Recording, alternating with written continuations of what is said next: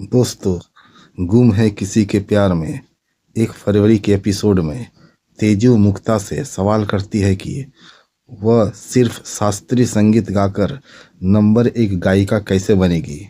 मुक्ता इस पर ऋतुराज के तेजू पर बढ़ते प्रभाव को लेकर अपनी असहजता जाहिर करती है और वहां से चली जाती है।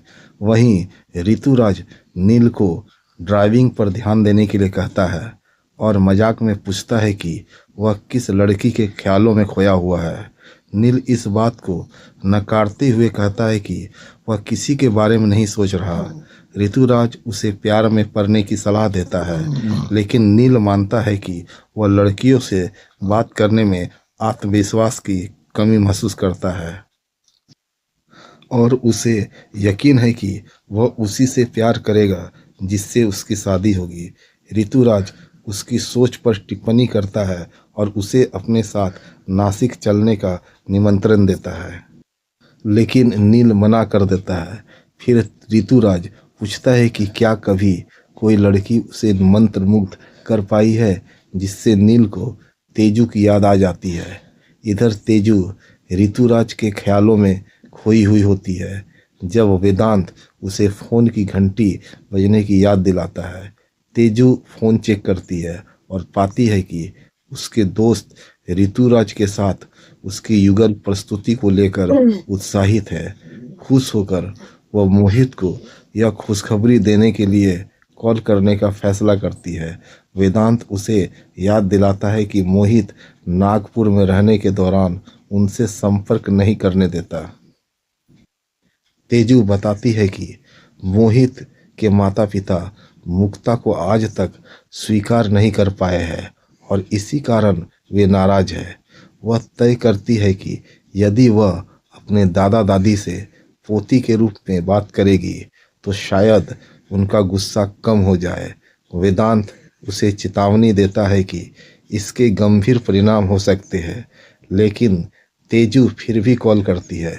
फोन अदिति उठाती है, लेकिन इससे पहले कि तेजू कुछ बोल सके मुक्ता बीच में आकर कॉल काट देती है। मुक्ता तेजू को डांटती है और याद दिलाती है कि मोहित ने सख्त निर्देश दिए है कि वह नागपुर में रहते हुए कोई संपर्क न करे। तेजू सवाल करती है कि यह स्थिति आखिर कब तक चलेगी और वह अपने दादा दादी से मिलने व बात करने की इच्छा व्यक्त करती है। वेदांत भी अपनी नाराजगी जाहिर करता है। इस बीच वैजू निरंजन को कुछ चेतावनी देती है। मुक्ता तेजू को समझाती है कि मोहित के माता पिता उनसे नाराज है क्योंकि उसने उनकी इच्छा के खिलाफ जाकर मुक्ता से शादी की थी। तेजू मुक्ता को मनाने की कोशिश करती है कि उन्हें कॉल करने दे, लेकिन मुक्ता दृढ़ता से मना कर देती है और कहती है कि जब तक मोहित अनुमति नहीं देता वे इंतजार करें। वह बताती है कि मोहित उन्हें अनावश्यक दुख से बचा रहा है और तेजू व वेदांत से अपील करती है कि वे अपने माता पिता की बात समझे और उनका सम्मान करें। दोनों भारी मन से सहमत हो जाते हैं। मुक्ता तेजू से कहती है कि अगर वह अपने पिता को सच में गर्व महसूस कराना चाहती है तो उसे दुनिया की सबसे बेहतरीन गायिका बनना होगा। तेजू इसे स्वीकार करती है और मुक्ता उन्हें नासिक यात्रा के लिए तैयार होने को कहती है। उधर मोहित नासिक जाने की तैयारी करता है और अपने परिवार को बताता है कि वह 2 हफ्तों के लिए काम से बाहर रहेगा। उसके माता पिता उसे सुझाव देते हैं कि वह उनके शहर में स्थानांतरित हो जाए ताकि वे सभी साथ रह सके, लेकिन लक्ष्मी करवाहट भरे लहजे में कहती है कि वह ऐसा नहीं करेगा क्योंकि वह उनके साथ नहीं रहना चाहता। मोहित इस पर एक हल्की टिप्पणी करता है जिससे उसका अप्रत्यक्ष रूप से सहमत होना जाहिर होता है।